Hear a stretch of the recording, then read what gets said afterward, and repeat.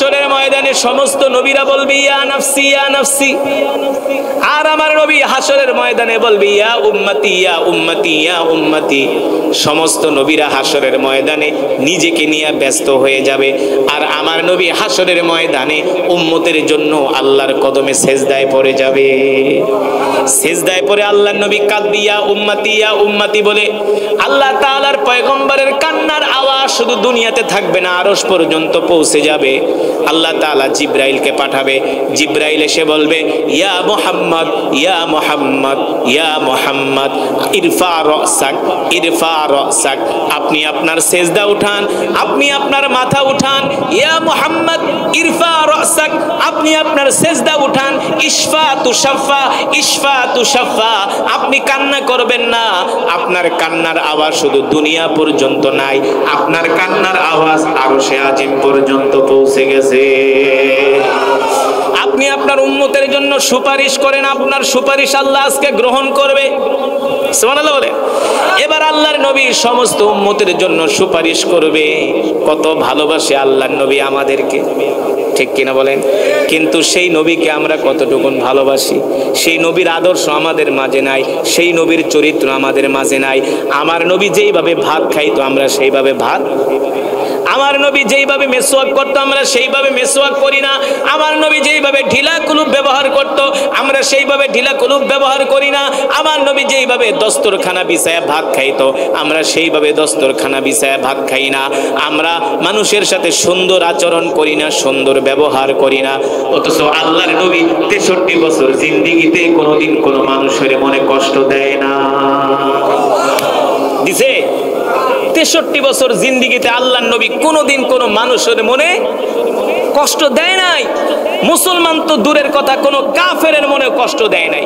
এ মুসলমান যুবক, আমরা আল্লাহর নবীকে কেন ভালোবাসবো? আল্লাহর নবী আমাদেরকে সব শিখাইয়া গেছেন। কিভাবে ভাত খেতে হবে সেটা আল্লাহর নবী শিখাইছেন, কিভাবে বাথরুমে যেতে হবে সেটাও আল্লাহর নবী শিখাইছেন, কিভাবে চুল কাটবেন সেটাও আল্লাহর নবী শিখাইছেন, কিভাবে মোষ কাটবেন সেটাও আল্লাহর নবী শিখাইছেন। সব নবী যে আমাদেরকে শিখায় গেছে সেই 1450 বছর আগে। অথচ মুসলমান আমরা সেই নবীকে মুখে মুখে ভালোবাসি, সেই নবীকে আমরা আমাদের জীবন দিয়া ভালোবাসি না। আমাদের জীবনের চেয়েও ভালোবাসি না, আমাদের সন্তানের চেয়েও ভালোবাসি না, আমাদের পরিবারের চেয়েও ভালোবাসি না, আমাদের ক্ষমতার চেয়ে, আমাদের চেয়ারের চেয়ে নবীকে ভালোবাসি না, ঠিক কিনা বলেন? অথচ রসুলের সাহাবীরা কেমন ছিলেন? রসুলের সাহাবীরা তাদের জীবনের চেয়েও আল্লাহর নবীকে ভালোবাসতেন। এই কারণে রসুলের হাদিস মিন আসহাবিকান নুজুম ইক্তাদাইতুম ইহতাদাইতুম, এ দুনিয়ার মানুষ ও উম্মতেরা, তোমরা আমার প্রত্যেকটা সাহাবীকে অনুসরণ করো, কারণ আমার প্রত্যেকটা সাহাবী হলো তোমাদের জন্য তারকা তুল্য। সুবহানাল্লাহ বলেন। আমার সাহাবীদেরকে তোমরা অনুসরণ করো, অনুকরণ করো। আমরা তো নবীজিকে মুখে মুখে ভালোবাসি, কিন্তু সাহাবীরা আল্লাহ রসুলকে মুখে মুখে ভালোবাসে নাই। সাহাবীরা আল্লাহ রসুলের জন্য জীবন দিয়া দিছে। স্ত্রীকে বিধবা করেছে আল্লাহ রসুলের মহব্বতে, সন্তানকে এতিম করেছে আল্লাহ রসুলের মহব্বতে। বিশ্বাস হয় না? আল্লাহর নবীর ভালোবাসার জন্য নিজের সন্তানকে এতিম করে যুদ্ধের ময়দানে শহীদ হয়ে গেছে, নিজের স্ত্রীকে বিধবা করে দিছে আল্লাহ রসুলের মহব্বতে। কিন্তু আমরা সেই নবীর উম্মত হইয়া আল্লাহ রসুলকে ভালোবাসি না। অথচ রসুলের সাহাবীরা আল্লাহর নবীর জন্য কেমন পাগল ছিলেন দেখেন। রসুলের একজন সাহাবী ছিল, সিরাত ইবনে হিশামের মধ্যে আসছে, আর রাহিকুল মাখতুমের মধ্যে আসছে। রসুলের একজন সাহাবী ছিল, তার নাম হলো জুলাইবিব রাদিয়াল্লাহু তাআলা আনহু। নাম কি? এই যুবক ভালো করে খেয়াল করো বন্ধু, রসুলের একজন সাহাবী ছিল যার নাম হলো জুলাইবিব। এই জুলাইবিব ছিলেন হুয়া সগীরুন, ছোট মানুষ। ছোট মানুষ বলতে জুলাইবিব ছিলেন খাটো টাইপের মানুষ, বেটে টাইপের মানুষ। হুয়া ফাকিরুন জিদ্দান, জুলাইবিব ছিলেন গরিব মানুষ। হুয়া কবিহুন, জুলাইবিব ছিলেন কালো। হুয়া কসিরুন, একেবারে ছোট মানুষ ছিলেন জুলাইবিব। আল্লাহ রসুল জুলাইবিবকে এত ভালোবাসতেন, এত ভালোবাসতেন। জুলাইবিব রাদিয়াল্লাহু তাআলা আনহু সব সময় আল্লাহর নবীর মজমার প্রথম কাতারে বসতেন। সব সময় আল্লাহ রসুলের মজমার প্রথম কাতারে বসতেন। কিন্তু গরিব মানুষ ছিল। কেমন গরিব জানেন? জুলাইবিবের কোনো ঘর নাই, জুলাইবিবের কোনো বাড়ি নাই, জুলাইবিবের পায়ে কোনো স্যান্ডেল ছিল না, জুতা ছিল না, খালি পায়ে জুলাইবিব মদিনার মাটিতে হাঁটতেন। পানি খাওয়ার জন্য জুলাইবিবের কোনো গ্লাস ছিল না, হাতের তালুতে নিয়ে জুলাইবিব পানি খেতেন। ঘুমে ধরলে মসজিদের নববীর বারান্দায় মাথার নিচে পাথর দিয়া বালিশ বানায় জুলাইবিব ঘুমায় থাকতেন। এত গরিব মানুষ ছিলেন জুলাইবিব, কিন্তু তার অন্তর ছিল ঈমানে ভরপুর। সুবহানাল্লাহ বলেন। এই জুলাইবিবের বিয়ের বয়স হয়ে গেছে। আল্লাহ নবী সাহাবীকে ভালোবাসতেন। একদিন ডাক দিলেন, তাআলা ইয়া জুলাইবিব ইজলিস হুনাক, এখানে বসো, এদিকে আসো। তোমার তো মাও নাই, বাবাও নাই, তুমি তো এতিম। আর নবী তো ছিলেন এতিমের নবী না? দেখেন আমার নবী কেমন দয়ার নবী। সাহাবীর মা নাই, বাবা নাই, আল্লাহ নবী জানেন কত ভালোবাসে। এদিকে আসো। আরে তুমি তো এতিম মানুষ, আমি তো তোমাকে চিনি, তুমি তো আমাকে ভালোবাসো। কিন্তু জুলাইবি, তোমার তো বয়স হয়ে গেছে, তোমার তো বিয়ে করা দরকার। কি হয়ে গেছে? বয়স হয়ে গেছে, বিয়ে করা দরকার। আল্লাহ রসুল বুঝতেছেন তার সাহাবীর বয়স হয়ে গেছে, বিয়ে করা দরকার। এই সমাজে কিছু মা বাবা আছেন, ছেলে বিয়ের উপযুক্ত হয়ে গেল ছেলেকে বিয়ে করায় না। আছে না? নাই? অনেক মা বাবা আছে, ছেলে বিয়ে হয়ে গেছে, বিয়ে করায় না। আমরা তো দেশের বাহিরে অনেক প্রোগ্রামে যাই, মালয়েশিয়া যাই, সৌদি আরব যাই, দুবাই যাই, কাতার যাই, ওমান যাই, বাহরান যাই। অনেক প্রবাসী যুবকরা হিসাবে, হুজুর কি কমু কষ্টের কথা, বিয়ের বয়স হয়ে গেছে কিন্তু মা বাবা বিয়ে করাইতে চায় না। কারণ কি? কয় বিয়ে করাইলে, বলে যে বিয়ে করাইলে তুই হাত ছাড়া হয়ে যাবি। আসলে এই কথাটাও সত্য। অনেক যুবক বিয়ে করলে আর মা বাবার খবর রাখে না, কিন্তু সবাই সমান না। এই জায়গায় আল্লাহ রসুল বলছেন যে সন্তান যখন প্রাপ্ত বয়স্ক হবে তাকে বিয়ে দেওয়া মা বাবার দায়িত্ব, কর্তব্য। ঠিক কিনা বলেন? রসুলের সাহাবী জুলাইবি বিয়ের বয়স হয়ে গেছে। আল্লাহ নবী ডাক দিয়া বলেন, আতাজাওয়াজা ইয়া জুলাইবিব, এই জুলাইবিব তোমার তো বিয়ের বয়স হয়ে গেছে, বিয়ে ঠিক করবা কিনা? জুলাইবিব রাদিয়াল্লাহু তাআলা আনহু বলেন, ওগো আল্লাহর নবী, আনা ফাকিরুন জিদ্দান, আমি গরিব মানুষ, আমি একটা কালো মানুষ, খাটো মানুষ, আমি দেখতে কালো, দেখতে খাটো, দেখতে কালো, একেবারে গরিব মানুষ। এই মদিনার কোন মানুষ আমার কাছে মেয়ে বিয়ে দিবে? কেউ আমার কাছে মেয়ে বিয়ে দিবে না। আল্লাহর নবী একদিন, দুই দিন, তিন দিন জিজ্ঞেস করলেন, আতাজাওয়াজা ইয়া জুলাইবিব, জুলাইবিব তুমি কি বিয়ে শাদী করবা কিনা? জুলাইবিব রাদিয়াল্লাহু তাআলা আনহু বললেন, ওগো আল্লাহর নবী, আমার কাছে কে মেয়ে বিয়ে দিবে? দ্বিতীয় দিন, তৃতীয় দিন জিজ্ঞেস করার পরে জুলাইবিব কোনো কথা বলে না। কোনো কথা না বলার মানে হলো চুপ থাকা, হলো সম্মতির লক্ষ্য। লাজুক মানুষকে বিয়ের কথা বললে সে কি করে? কথা কয় না, চুপ থাকে। আর যেটার লজ্জা শরম নাই, হেরে আর বিয়ের কথা কেমন লাগে না, নিজেই পুরা যায় একেবারে একটা ধইরা লই আহে। হ্যাঁ, মা বাবার কথা লাগে না, দাদা দাদি নানা নানি ডোন্ট কেয়ার, দরকার নাই, আমার বিয়ে আমি করব। মা বাবা কিসের? নিজের পছন্দ মতো একটা ধইরা নিয়ে আহে, পরে ওই বিয়ে 6 মাসও টিকে না। প্রতিদিন রাত 12টার পরে ঘরের ভিতরে রাশিয়া আর ইউক্রেনের যুদ্ধ লাগে, একটা আরেকটারে ধরে মারে, একটা আরেকটারে ধরে কি মারে। আমার এলাকার এক কাজী, যাত্রাবাড়ির এক কাজী, আমার ছোটবেলার বন্ধু, ও একদিন আমার ফোন দিয়ে, দোস্ত আজকে একটা বিয়া পড়াইছি, এক ছেলে এক মেয়ে, আমার কাজী আপনার পায়ে ধরি, তাড়াতাড়ি বিয়া পড়ায় দেন। কেন? ওরে ছাড়া আমি বাঁচুম না, ওরে ছাড়া আমি বাঁচুম না, ছেলেও ওরে ছাড়া আমি বাঁচুম না, মেয়েও ওরে ছাড়া আমি বাঁচুম না। আমার ওকে কি বিপদে পড়ছি দোস্ত, অন্য যদি বিয়া করে তা আমি তো মামলা খামো। ওদের কোনো ডকুমেন্টস নাই, কোনো সাক্ষী নাই, মা বাপ নাই, তা আমি কেমনি কি করি? আমি বলছি শোনো, বিয়ে করানোর জন্য 2 জন পুরুষ সাক্ষী বালেগ ধইরা নিয়ে আসো, সাক্ষী দিয়া বিয়া পড়ায় দাও। যাই হোক, 2টারে বিয়া পড়ায় দিছি। বিয়ে পড়ানোর পরে গেছে বাড়িতে, মাত্র হাতে গয়না 1 মাস সংসার করছে। কয় মাস?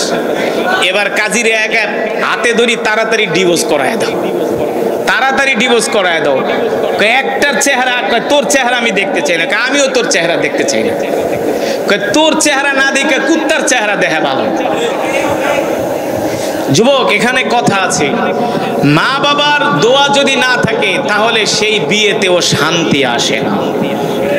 এখানে মা বাবার দোয়াটাও ফ্যাক্টর, ঠিক কিনা বলেন? মা বাবার দোয়ারও প্রয়োজন।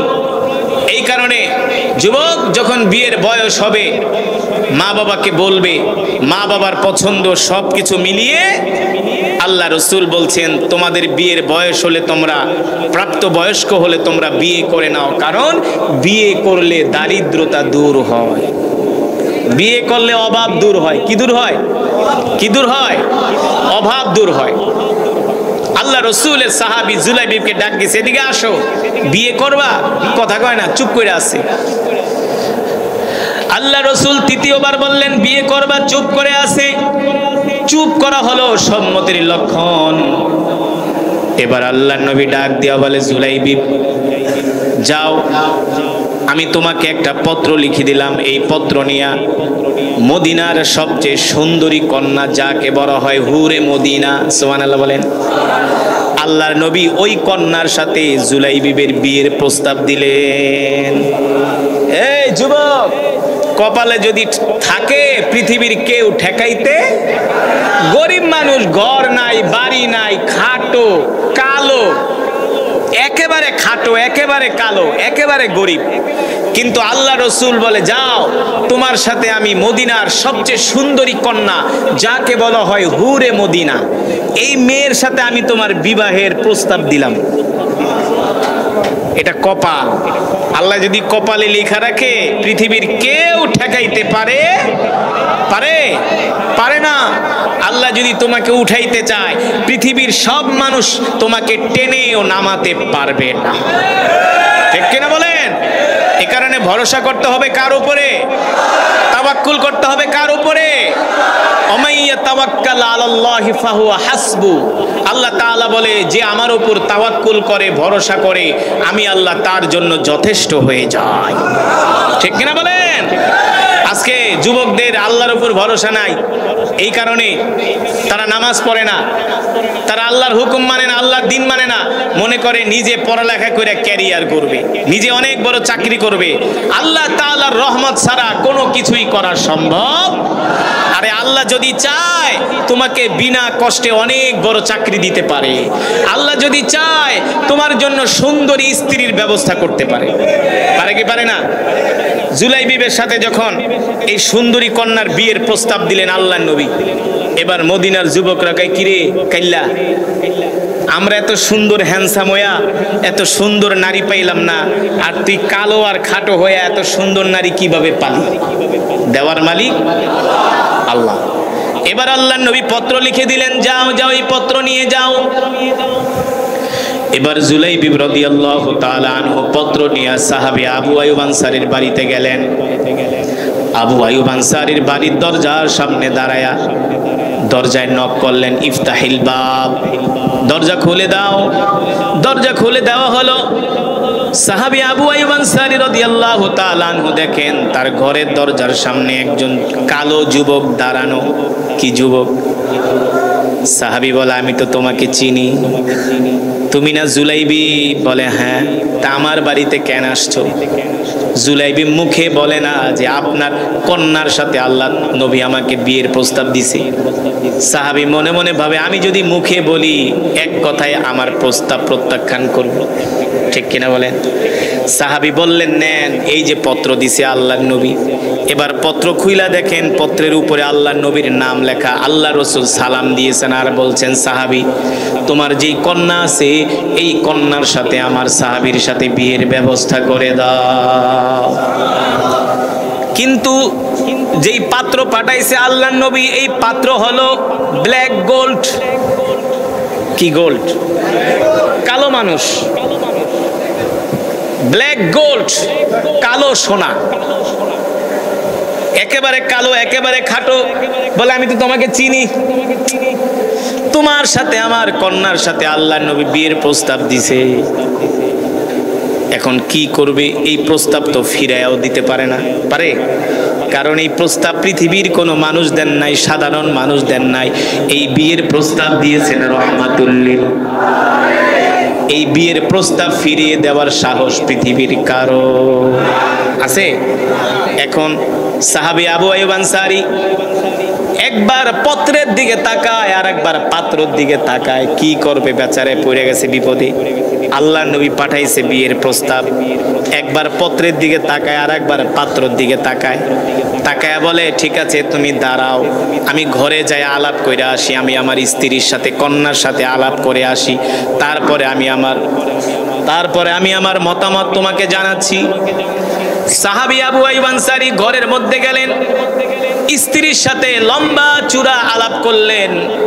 স্ত্রীকে বললেন, দেখো ওই যে একজন যে যুবক দাঁড়ানো, কালো যুবক, ওই যুবকের সাথে আল্লাহর নবী আমাদের কন্যার বিয়ের প্রস্তাব দিয়েছেন।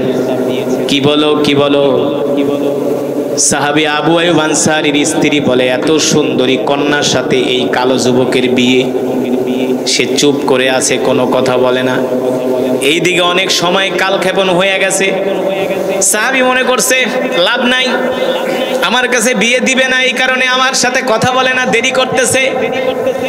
তিনিও মন খারাপ কইরা আবার আল্লাহর নবীর বাড়ির দিকে হাঁটা শুরু করছে। নবীজিকে আইসা বলল, ওগো নবীজি, তারা তো প্রস্তাবে রাজি হয় নাই, তার মন খারাপ হয়ে গেছে।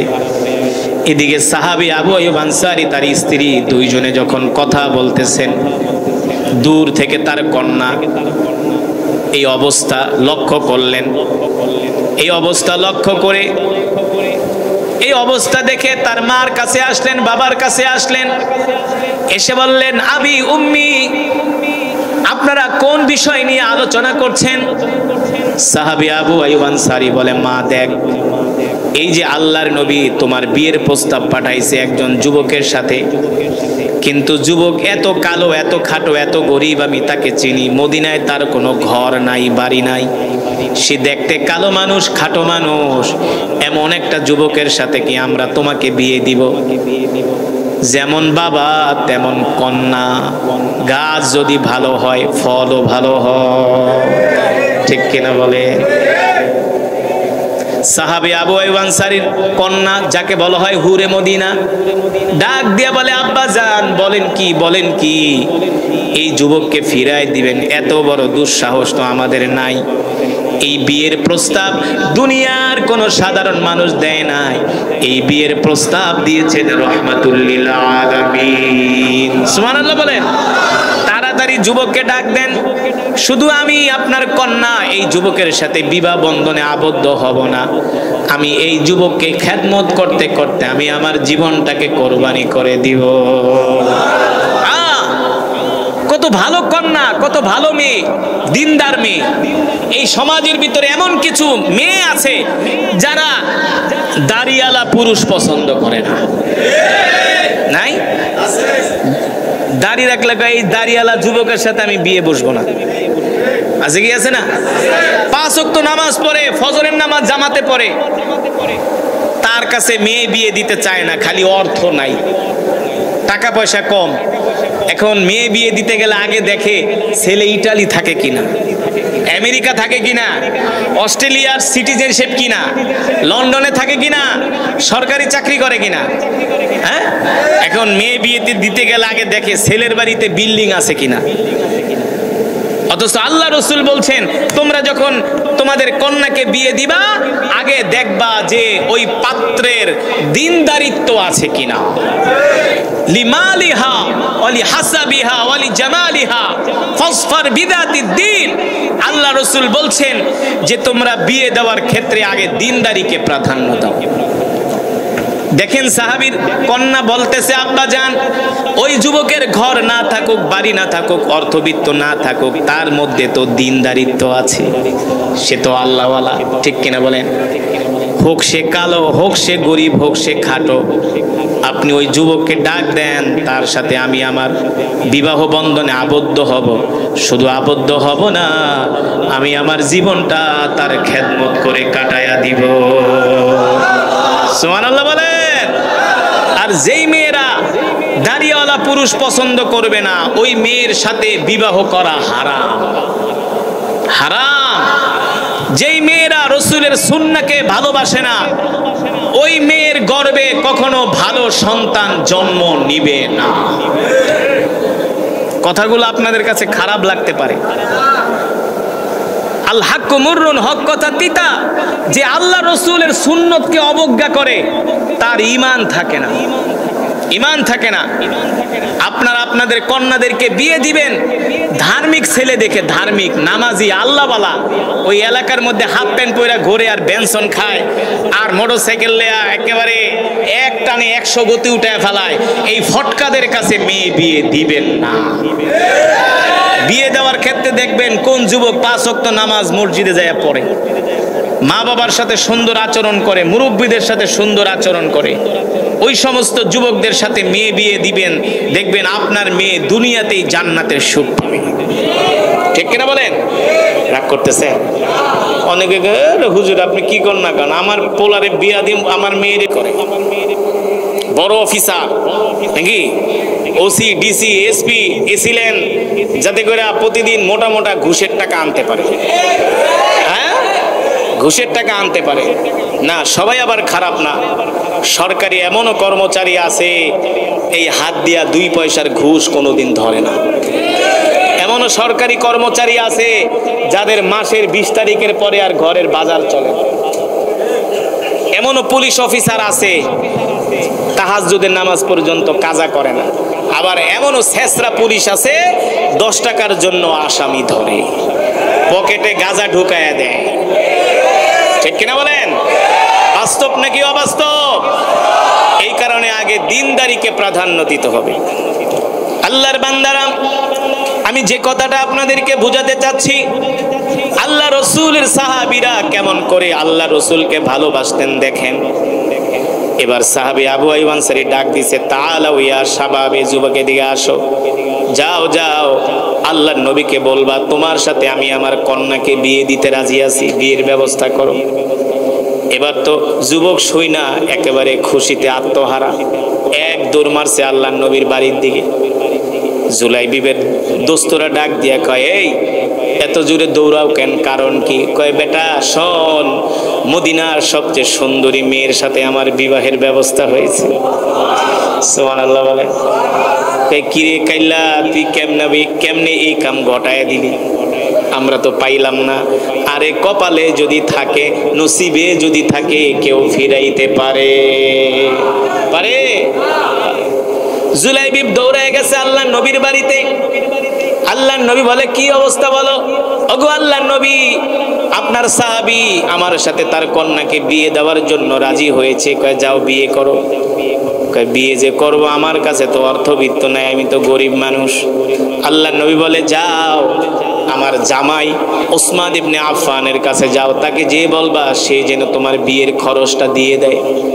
এবার জুলাইবিব রাদিয়াল্লাহু তাআলা আনহু ওসমান ইবনে আফফান রাদিয়াল্লাহু তাআলা আনহুর বাড়িতে গেছেন, যে বলতেছেন, আল্লাহর নবী আমাকে পাঠাইছে আপনার কাছে কেন? বলে, আমি বিবাহ করব, আমার কাছে কোনো অর্থ নাই। ওসমান রাদিয়াল্লাহু তাআলা আনহু এক থরে দিনার তার হাতে উঠায় দিলেন, যাও বিয়ে করো। কি করো? বিয়ে করো। এবার জুলাইবিব রাদিয়াল্লাহু তাআলা আনহু এক থলে দিনার নিয়ে মদিনার বাজারে গেলেন বিয়ে করার জন্য। বিয়ের বাজার করতেছে, বিয়ের বাজার করতেছে। বিয়ের বাজার করতে করতে হঠাৎ করে মদিনার বাজার থেকে 2 জন যুবক আওয়াজ দিতেছে, তাআলাউ ইয়া শাবাব, তাআলাউ ইয়া শাবাব, আইয়ুহাস শাবাব, হাইয়া আলাল জিহাদ ফি সাবিলিল্লাহ, হাইয়া আলাল জিহাদ ফি সাবিলিল্লাহ। এ মদিনার যুবকেরা, তোমরা এখনো ঘরে বসে আছো, বাজারে বসে আছো, ব্যবসা প্রতিষ্ঠানে বসে আছো, অথচ তোমাদের নবী মুহাম্মদ সাল্লাল্লাহু আলাইহি সাল্লাম তোমাদেরকে যুদ্ধের ময়দানের দিকে ডেকেছে। হাইয়া আলাল জিহাদ, জিহাদের ময়দানে আসো। হাইয়া আলাল জিহাদ ইলাল ময়দান, ময়দানে আসো, ময়দানের দিকে যাও। 2 জন যুবক ঘোষণা করতেছে, আল্লাহর নবী তোমাদেরকে যুদ্ধের ময়দানে ডাকছে। এই কথা শোনার পরে মদিনার মানুষগুলো দোকানের শাটার বন্ধ করে দিতেছে, যার যার ব্যবসা প্রতিষ্ঠান বন্ধ করে ডাল আর তরবারি নিয়ে উহুদের ময়দানের দিকে ছুটছে কাফেরদের সাথে লড়াই করার জন্য। জুলাইবি রাদিয়াল্লাহু তাআলা আনহু তিনিও বিয়ের অর্ধেক বাজার করে ফেলেছেন, আর অর্ধেক বাকি আছে, অর্ধেক বাকি আছে। জুলাইবি রাদিয়াল্লাহু তাআলা আনহু বলেন,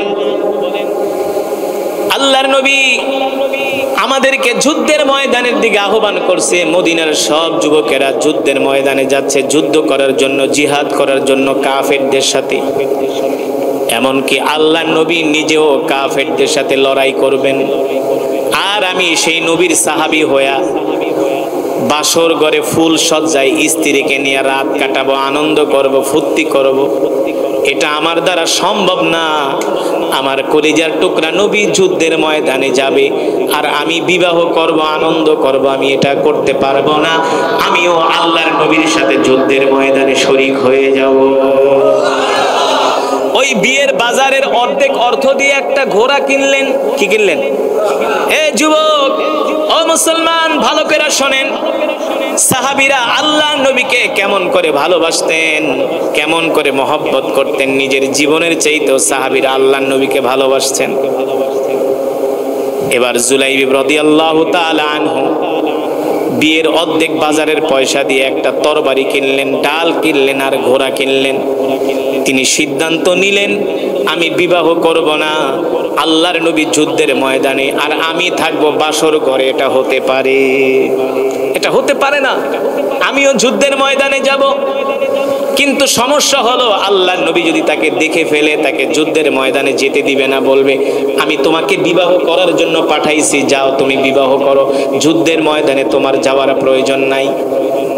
জুলাইবি বলে, আল্লাহর নবী আমাকে দেখলে কখনোই যুদ্ধের ময়দানে যেতে দিবে না, তাহলে কি করা যায়, কি করা যায়? জুলাইবি রাদিয়াল্লাহু তাআলা আনহু একটা কালো কাপড় মুখের মধ্যে বাঁধলেন যাতে তাকে কেউ চিনতে।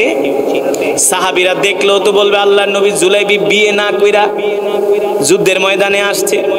আল্লাহর নবী তাকে ফিরাই দিবে, কারণ আমার নবী তো কোনো স্বার্থপর নবী না। ঠিক কিনা বলেন? আমার নবী হলেন দরদি নবী, আমার নবী হলেন মায়ার নবী। আল্লাহ তাআলা সেই কথাই কোরআনুল কারীমের মধ্যে বলছেন, লাকাদ জাআকুম রাসূলুম মিন আনফুসিকুম আজিজুন আলাইহি মা আনিতুম হারিসুন আলাইকুম বিল মুমিনিনা রাউফুর রহিম। আল্লাহু আকবার। আল্লাহ তাআলা বলছেন, এ দুনিয়ার মানুষ, আমি আল্লাহ তোমাদের মধ্য থেকে তোমাদের জন্য এমন একজন নবী পাঠাইছি, যেই নবী কিনা তার জীবনের চেয়ে উম্মতকে ভালোবাসে, তার জীবনের চেয়েও সাহাবীদেরকে ভালোবাসে। সুবহানাল্লাহ বলেন। হাসরের ময়দানে সমস্ত নবীরা বলবে ইয়া নাফসি ইয়া নাফসি, আর আমার নবী হাসরের ময়দানে বলবে ইয়া উম্মতি ইয়া উম্মতি ইয়া উম্মতি। সমস্ত নবীরা হাসরের ময়দানে নিজেকে নিয়ে ব্যস্ত হয়ে যাবে, আর আমার নবী হাসরের ময়দানে উম্মতের জন্য আল্লাহর কদমে সেজদায় পড়ে যাবে। সেজদায় পড়ে আল্লাহর নবী কাঁদবে ইয়া উম্মতি বলে। আল্লাহ তাআলার পয়গম্বরের কান্নার আওয়াজ শুধু দুনিয়াতে থাকবে না, আরশ পর্যন্ত পৌঁছে যাবে। আল্লাহ তাআলা জিব্রাইলকে পাঠাবে, জিব্রাইল এসে বলবে ইয়া মুহাম্মদ ইয়া মুহাম্মদ ইয়া মুহাম্মদ ইরফা রাসাক ইরফা রাসাক, আপনি আপনার সেজদা উঠান, আপনি আপনার মাথা উঠান। ইয়া মুহাম্মদ ইরফা রাসাক, আপনি আপনার সেজদা উঠান। ইশফা তুশাফা ইশফা তুশাফা, আপনি কান্না করবেন না।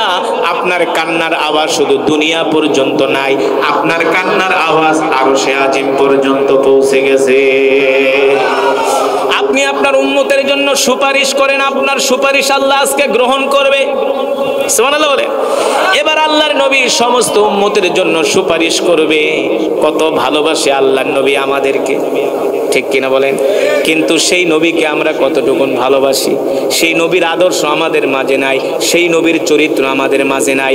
আমার নবী যেইভাবে ভাত খাইতো আমরা সেইভাবে ভাত, আমার নবী যেইভাবে মেসওয়াক করতো আমরা সেইভাবে মেসওয়াক করি না। আমার নবী যেইভাবে ঢিলা কুলুপ ব্যবহার করতো আমরা সেইভাবে ঢিলা কুলুপ ব্যবহার করি না। আমার নবী যেইভাবে দস্তরখানা বিছায়া ভাত খাইতো আমরা সেইভাবে দস্তরখানা বিছায়া ভাত খাই না।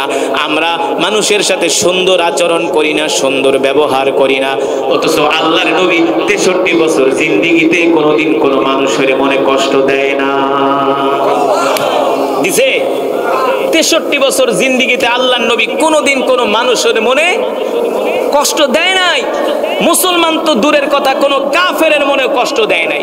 এ মুসলমান যুবক, আমরা আল্লাহর নবীকে কেন ভালোবাসবো? আল্লাহর নবী আমাদেরকে সব শিখাইয়া গেছেন। কিভাবে ভাত খেতে হবে সেটাও আল্লাহর নবী শিখাইছেন, কিভাবে বাথরুমে যেতে হবে সেটাও আল্লাহর নবী শিখাইছেন, কিভাবে চুল কাটবেন সেটাও আল্লাহর নবী শিখাইছেন, কিভাবে মোষ কাটবেন সেটাও আল্লাহর নবী শিখাইছেন। সব নবীজি আমাদেরকে শিখায় গেছে সেই 1450 বছর আগে। আপনি রাস্তা দিয়ে কিভাবে হাঁটবেন সেটাও আল্লাহর নবী শিখায় গেছেন। এমন কোনো বিষয় নাই আল্লাহর নবী আমাদেরকে শিখায়া। এই নবীকে ভালোবাসবেন না, ভালোবাসবেন কাকে? এই নবীর আদর্শ গ্রহণ করবেন না তো আদর্শ গ্রহণ করবেন কার বলেন? এই জন্যই তো রসুলের সাহাবীরা আল্লাহ রসুলের জন্য পাগল পারা ছিলেন। জুলাইবিব রাদিয়াল্লাহু তাআলা আনহু কালো কাপড় পেঁচায়া এবারে যুদ্ধের ময়দানে চলে গেছেন। মক্কা থেকে 3000 কাফের মদিনায় আক্রমণ করছে। জুলাইবিব দেখেন মক্কার কাফেররা মদিনার দিকে দৌড়ায় আসতেছে, স্রোতের মতো তারা আসতেছে, মদিনায় হামলা করবে। জুলাইবিব রাদিয়াল্লাহু তাআলা আনহু তিনি তার ঘোড়া দৌড়ায়া কাফেরদের ভিড়ের মধ্যে ঢুকে গেলেন। কাফেরদের ভিড়ের মধ্যে ঢুকে একাই জুলাইবিব রাদিয়াল্লাহু তাআলা আনহু 10 জন কাফেরকে হত্যা কইরা জাহান্নামে পাঠিয়ে দিলেন। কয়জন? 10 জন। একা 10 জন কাফেরকে হত্যা করছে। আপনি মনে করতে পারেন মাত্র 10 জন। আরে মিয়া, আগের যুদ্ধ তো আর পিস্তল দিয়া ওই AK-47 দিয়া হইতো না। আগের যুদ্ধ হইতো সরাসরি তরবারি দিয়া, সরাসরি সম্মুখ যুদ্ধ। সম্মুখ যুদ্ধ। একজন মানুষ একা 10 জন কাফেরকে হত্যা করছে। চিন্তা করতে পারেন? একা 10 জন কাফেরকে হত্যা করছে। মক্কার কাফেররা বলে, এই এটা আবার কি মানুষ নাকি ফেরেশতা? দেখে বাস পাখির মতো উইরা আইসা 10 জন কাফেরকে হত্যা করে ফেলাইছে। এবার মক্কার কাফেররা চতুর্দিক থেকে জুলাইবিব রাদিয়াল্লাহু তাআলা আনহুকে ঘিরে ধরলেন। কেউ তীর মারে, কেউ বর্ষা মারে, কেউ তরবারি মারে।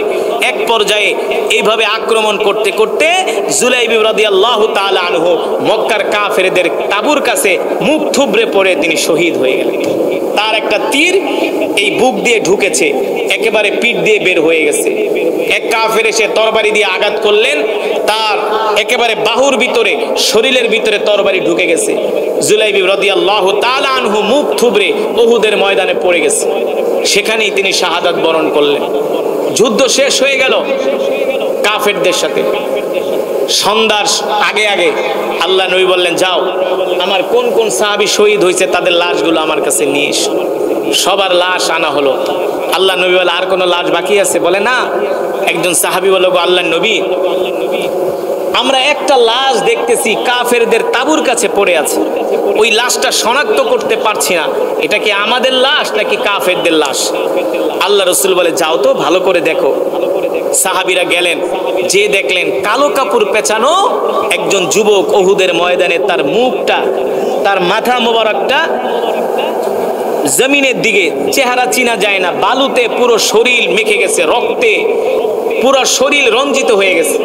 এবার 2 জন সাহাবী যায় দেখে, যখন তাকে তার লাশ ধরলেন, ধরে যখন কাত করলেন, এবার তার চেহারা চিনা যাচ্ছে। মুখের কালো কাপড় সরালেন, দেখলেন এই ব্যক্তি তিনি হলেন রসুলের সাহাবী, জলিল কদর সাহাবী জুলাইবিব রাদিয়াল্লাহু তাআলা আনহু, যিনি যাকে আল্লাহ রসুল বিয়ে করতে পাঠিয়েছিলেন। বিয়ে না করে আল্লাহ রসুলের মহব্বতে, দ্বীনের মহব্বতে, আল্লাহ তাআলা সন্তুষ্টর জন্য তিনি জিহাদের ময়দানে এসে শহীদ হয়ে গেছেন। সাহাবীরা দৌড়ে আল্লাহ নবীর কাছে গেছে, নবীজি ওই লাশ তো আর কারো লাশ নয়, এটা তো আমাদের ভাই জুলাইবিবের লাশ। আল্লাহ নবী বলে, বলো কি? জুলাইবিবের লাশ? আমি তো জুলাইবিবকে পাঠাইছিলাম বিয়ে করতে। সাহাবীরা বলে, না, জুলাইবিব বিয়ে করতে যায় নাই, যুদ্ধের ঘোষণা শুনে বিয়ের বাজার অর্ধেক করে, অর্ধেক বিয়ের বাজারের পয়সা দিয়া ঘোড়া ডাল তরবারি কিনে জুলাইবিব জিহাদের ময়দানে এসে শহীদ হয়ে গেছে। আল্লাহু আকবার। আল্লাহর নবী বলে, যাও আমার সাহাবীর লাশ আমার কাছে নিয়ে এসো। এবার আল্লাহ রসুলের কাছে জুলাইবিব রাদিয়াল্লাহু তাআলা আনহুর লাশ আনা হলো। আল্লাহর নবীর কোল মোবারকে জুলাইবিব রাদিয়াল্লাহু তাআলা আনহুর লাশ রাখা হলো। আল্লাহ নবী বারবার জুলাইবিবের দিকে তাকাইতেছেন আর কান্না করতেছেন, আর বলে, এই জুলাইবিব, তুমি আমাকে এত ভালোবাসো, আমি তোমাকে বিবাহ করতে পাঠিয়েছিলাম, তুমি বিবাহ না করে যুদ্ধের ময়দানে এসে শহীদ হয়ে গিয়েছো, তুমি আমাকে এত ভালোবাসো। আল্লাহ আসমানের মালিক, আপনি দেখেন জুলাইবিব আমার মহব্বতে আপনাকে সন্তুষ্ট করার জন্য জিহাদের ময়দানে এসে শহীদ হয়ে গেছে। আল্লাহ, আমি জুলাইবিবের উপর খুশি, আপনি আমার জুলাইবিবের উপর খুশি হয়ে যান। আল্লাহ নবী বারবার জুলাইবিব রাদিয়াল্লাহু তাআলা আনহুর দিকে তাকান আর আসমানের দিকে তাকান। আল্লাহ নবী এবার তার চেহারা মোবারকটা, তার চোখ দুইটা আড়াল করে ফেরেন, হাত দিয়ে এইভাবে আসমানের দিকে তাকাইতে চান না, লজ্জা। সাহাবীরা ডাক দিয়ে বলে, আল্লাহ রাসূল, একবার দেখি আপনি আসমানের দিকে তাকান, আরেকবার জুলাইবিবের দিকে তাকান, মুস্কি মুস্কি হাসেন, কারণটা কি? বলে, এই সাহাবীরা জানো জানো আসমান থেকে একদল হুর জমিনে নাইমা আসছে আমার জুলাইবিবকে নেওয়ার জন্য। হুরেরা এসে বলতেছে, আল্লাহ রাসূল, আপনার এই সাহাবী বিয়ে না করে যুদ্ধের ময়দানে এসে শহীদ হয়ে গেছে, তার লাশটা আমাদের কাছে দিয়ে দেন, আমরা তাকে জান্নাতে নিয়ে জান্নাতের পানি দিয়ে গোসল করাবো। জোরে বলেন সুবহানাল্লাহ। মুসলমান, আল্লাহ নবীকে শুধু মুখে মুখে ভালোবাসলে হবে না, আল্লাহ রসুলকে জীবন দিয়া ভালোবাসতে হবে। তাফসীর ইবনে কাসিরের মধ্যে আসছে, তাকে বলা হতো মুস্তাজাবুদ দাওয়া। এই বালআমে বাউরা যে কোনো দোয়া করলে আল্লাহ তাআলা সাথে সাথে তার দোয়া কবুল করত। কারণ কি? বালআমে বাউরা ছিলেন একজন তাকওয়াবান মুসলমান, ঈমানওয়ালা মুসলমান, পরহেজগার মুসলমান, ঠিক কিনা বলেন? তিনি তাকওয়া অর্জন করার কারণে আল্লাহ তাআলা তাকে এত মর্যাদা দিয়েছেন, এত সম্মান দিয়েছেন। বালআমে বাউরা আল্লাহ তাআলার কাছে যা চাইতো আল্লাহ তাআলা তাই দিয়ে দিত। ও মুসলমান, ও যুবক, ভালো করে খেয়াল করেন, এই সমাজের মধ্যে আল্লাহ তাআলা এমন কিছু মানুষ বানায় রাখছে যেই মানুষেরা শুধু বছরে 1 মাস ইবাদত করে না, বাকি 11 মাস তাদেরকে মসজিদে পাওয়া যায়। নাই? শুধু 1 মাস না, তাদেরকে বাকি 11 মাস মসজিদের প্রথম কাতারে পাবেন। আর যারা বাৎসরিক মুসল্লি, গরু খাওয়া মুসলমান, এগুলো হলো মুনাফিক মার্কা মুসলমান। 1 মাস মসজিদে আসে, তারপর ওদেরকে আর বাটি চালান দিয়েও মসজিদে খুঁজে পাওয়া যায় না। আল্লাহ তাআলা বলে, যারা একবার দিনের মধ্যে ঢুকলো আবার দিন থেকে বের হয়ে গেল, নবী আপনি তাদের সামনে বর্ণনা করেন, ঘোষণা করেন, বালআমে বাউরার ঘটনা তাদেরকে শোনায় দেন। ওয়াতলু আলাইহিম নাবা আল্লাযী আতাইনাহু আয়াতিনা, আপনি মানুষদের সামনে বর্ণনা করেন। এই বালআমে বাউরা আল্লাহ তাআলা তাকে এত সম্মান, এত মর্যাদা দিয়েছিলেন। দিনের মধ্যে বালআমে বাউরা ঢুকেছিল, তাকওয়াবান হয়েছিল, পরহেজগার হয়েছিল। যখন তার মধ্যে লোভ চলে আসলো, লোভ কি চলে আসলো? লোভ। লোভ কি? লোভ বলবো কি? লোভ চলে আসলো, ভালো করে বুঝবেন, ভালো করে খেয়াল করেন। বালআমে বাউরা তো মুস্তাজাবুদ দাওয়া ছিলেন, তিনি আল্লাহ তাআলার কাছে দোয়া করলে দোয়া কবুল হয়ে যেত। তো বনি ইসরাইলের একদল লোক আসলো, এসে বালআমে বাউরাকে বলল, এই শোনেন, আপনি তো আমাদের কওমের সবচেয়ে বড় আলেম, আপনার কাছে আমরা একটা রিকোয়েস্ট করব, আপনি যদি আমাদের কথা মানেন, আপনি আমাদের কাছে যা চান, অর্থ, বিত্ত, সোনা দানা, ক্ষমতা, সব আপনাকে দিয়ে দিব। বলে, কি চাও? বলে, একটা জিনিস চাই, আমাদেরকে দিতে হবে। কি? যে আপনি পয়গম্বর মুসার বিরুদ্ধে আল্লাহ তাআলার কাছে বদদোয়া করেন। নাউজুবিল্লাহ। কত বড় শয়তান বনি ইসরাইলরা, চিন্তা করছেন? তাদের নবীর বিরুদ্ধে বদদোয়া করতে বলে। নবীর বিরুদ্ধে কি করতে বলে? যে আপনি পয়গম্বর মুসার বিরুদ্ধে বদদোয়া করেন। বলে কেন বদদোয়া করব? পয়গম্বর মুসা তো আল্লাহর নবী। হ্যাঁ, সে আল্লাহর নবী, ঠিক আছে, কিন্তু সে আমাদের ধর্মের উপরে হস্তক্ষেপ করে। কি হস্তক্ষেপ?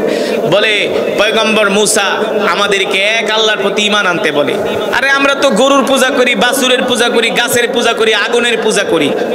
এক আল্লাহ আমাদের কাছে মজা লাগে না। আমরা 100, আমরা 1000, 1 কোটি দেবতার ইবাদত করব। নাউজুবিল্লাহ। বালাআমে বাউরা বললেন তোমরা এই সমস্ত কথা বলো না। পয়গম্বর মুসা হলো আল্লাহর নবী, আল্লাহর পয়গম্বর, আমি তার বিরুদ্ধে দোয়া করতে পারবো না। বনি ইসরাইলরা বলল শোনেন শোনেন, আপনি দোয়া করেন, যা চান আমরা আপনাকে তাই দিব। বালাআমে বাউরার অন্তরের মধ্যে লোভ ঢুকে গেল। তিনি পাহাড়ের চূড়ায় উঠলেন। তিনি পাহাড়ের চূড়ায় উঠলেন, উঠে আল্লাহ তাআলাকে বলতেছেন, আল্লাহ আমি কি পয়গম্বর মুসার বিরুদ্ধে বদদোয়া করব? আল্লাহ তাআলা বলে সাবধান সাবধান, তুমি পয়গম্বর মুসার বিরুদ্ধে বদদোয়া করবে না, কারণ পয়গম্বর মুসা হলো আমার নবী। তার বিরুদ্ধে বদদোয়া করলে আমি তোমাকে ধ্বংস করে দিব। আমি আল্লাহ তোমাকে ঈমান দিয়েছি, তাকওয়া দিয়েছি, ইখলাস দিয়েছি, পরহেজগারি দিনদারিত্ব দিয়েছি। সুতরাং তুমি দিন থেকে, ইসলাম থেকে বের হয়ে যেও না। তুমি দুনিয়ার লোভে পড়ো না, লোভে পড়ে তুমি ঈমান বিক্রি করে দিও না। দুনিয়ার লোভে পড়ে ঈমান বিক্রি করে দিও না। বালাআমে বাউরা দ্বিতীয়বার বললেন আল্লাহ আমি কি দোয়া করব? আল্লাহ তাআলা বলে সীমা লঙ্ঘন করলে ধ্বংস করে দিব।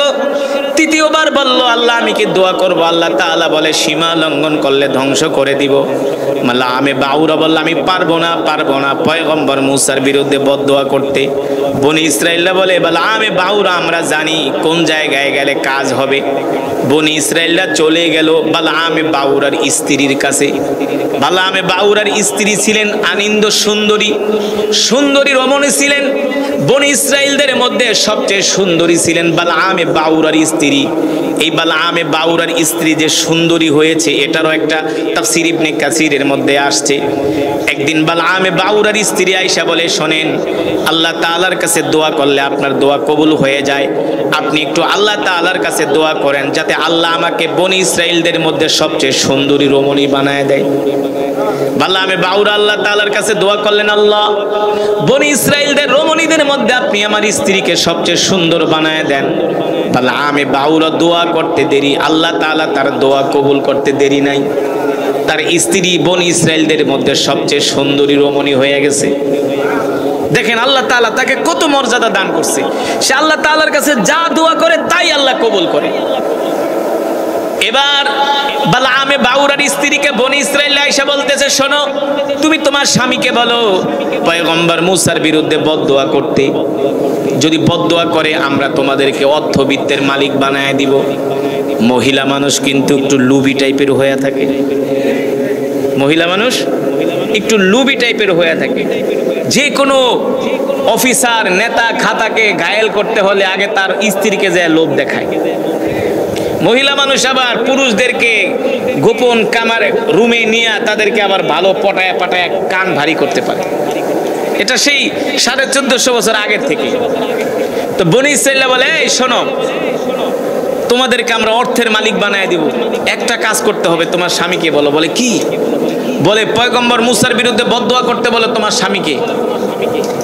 তো মহিলা মানুষ লোভে পড়ে তার স্বামীকে যায় বলে শোনো, তুমি পয়গম্বর মুসার বিরুদ্ধে বদদোয়া করো।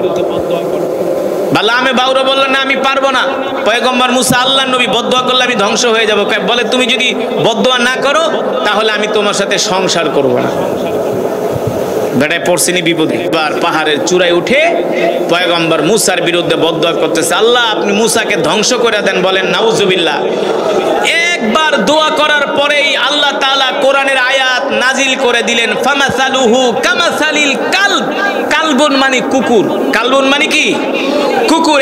এই বালাআমে বাউরা, আমি আল্লাহ তোমাকে মর্যাদা দিয়েছিলাম, সম্মান দিয়েছিলাম, ইজ্জত দিয়েছিলাম, আমি আমার নিদর্শন দিয়েছিলাম, আমি তোমাকে দিন দিয়েছিলাম।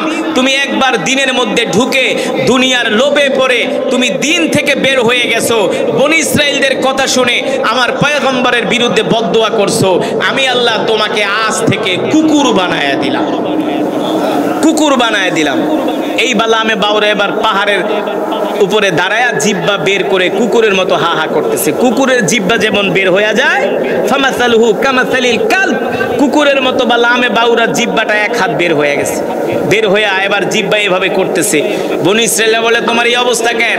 কয় তোমাদের কথা শুই না পয়গম্বর মুসাকে বদদোয়া করার কারণে আজকে আল্লাহ আমার এই অবস্থা করে দিয়েছে।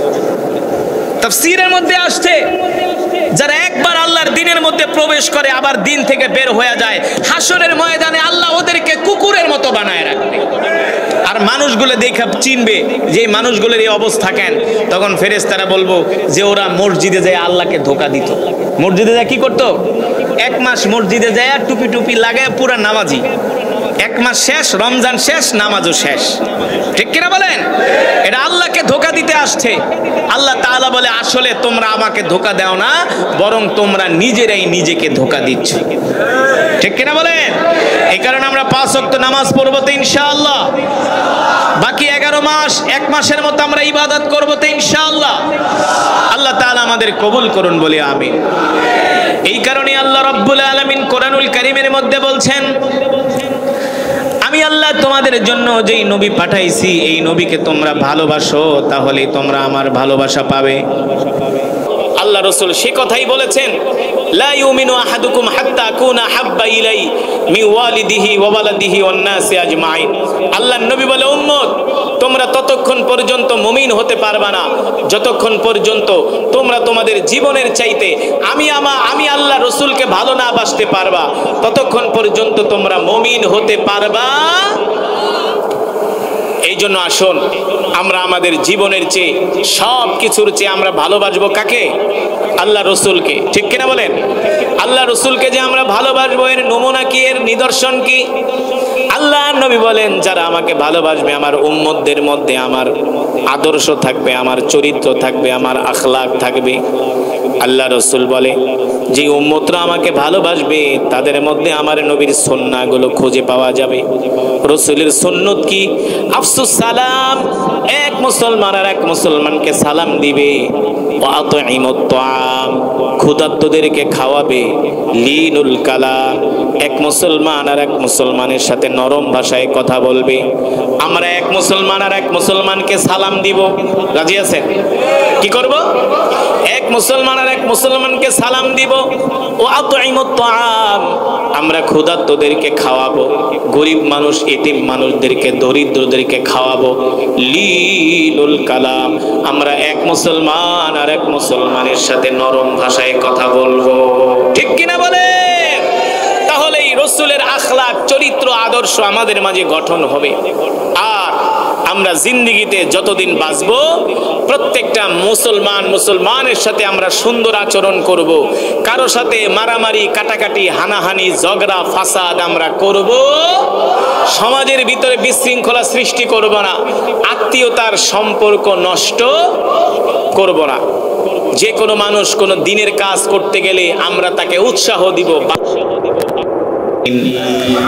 এ দুনিয়ার মানুষ, আমি আল্লাহ তোমাদের জন্য একজন নবী পাঠিয়েছি যিনি কিনা তোমাদের জন্য রহমত, তোমাদের জন্য বরকত। ঠিক কিনা বলেন? আল্লাহ তাআলা কোরআনুল কারীমে বলছেন তোমরা তোমাদের নবীকে ভালোবাসো, তোমরা তোমাদের নবীর অনুসরণ করো, তোমরা তোমাদের নবীর আনুগত্য করো। আপনাদের কাছে আমার প্রশ্ন, আমরা কি সত্যিকার অর্থে নবীকে অনুসরণ করি কিনা? হ্যাঁ? সমাজের 100-র মধ্যে 5 জন মানুষও নবীর সুন্নত, নবীর আদর্শ তাদের মাঝে নাই, নবীর আখলাক তাদের মাঝে নাই। ঠিক কিনা বলেন? আছে নাকি? হ্যাঁ, এই যে রমাদান মাস গেল, এক রমজানে মোটামুটি মসজিদগুলো ভরাই ছিল, কথা না ভরা ছিল না? রমাদান মাসে মসজিদগুলো ভরা ছিল, ফজরের নামাজেও মসজিদ ভরে যেত। এই রমাদান মাসে যুবকরাও মাশাআল্লাহ ভালো নামাজ পড়ছে, রোজা রাখছে, তারাবিও পড়ছে না? কিছু মানুষও ছিল সমাজের মধ্যে তারা বিড়ি খাওয়াও ছেড়ে দিছিল, কথা না, বিড়ির পোটলা ছেড়ে দিছিল, দাড়িগুলো খোসা খোসা হয়েছিল না? এক কর, কয় কর? এক মাসে 1 কর পরিমাণ দাড়িগুলো হয়েছিল। যখন রমজানও শেষ, তাদের নামাজও শেষ, তাদের দাড়িও শেষ, তাদের টুপিও শেষ। কথা কন। এখন আর মসজিদে মুসল্লি পাওয়া যায় না নাকি? এখন আর মসজিদে যুবকদের পাওয়া যায় না। এখন আর মসজিদে কিছু নতুন নতুন মুসল্লি বছরে 1 মাস মসজিদে আসে, এখন তাদেরকে খুঁজে পাওয়া যায় না। এই সমাজে এমন মুসলমান আছে, কেউ হলো বাৎসরিক মুসল্লি, কেউ হলো সাপ্তাহিক মুসল্লি। কিন্তু আল্লাহ নবী তো কোনোদিন নামাজ ছেড়ে দেন নাই, রসুলের সাহাবীরা কোনোদিন নামাজ ছেড়ে দেন নাই। দিছে দিছে জোরে বলে। আল্লাহ রসুল কোনোদিন নামাজ ছেড়ে দেন নাই, রসুলের সাহাবীরা কোনোদিন নামাজ ছেড়ে দেয় নাই। কিন্তু আমরা সেই নবীর উম্মত হইয়া বছরে 1 মাস শুধু রোজা রাখি, নামাজ পড়ি, আর বাকি 11 মাস খবর নাই। আসলে এটা তো মুসলমানের পরিচয় না, এটা হলো মুসলমান নামধারী মুনাফিকদের পরিচয়।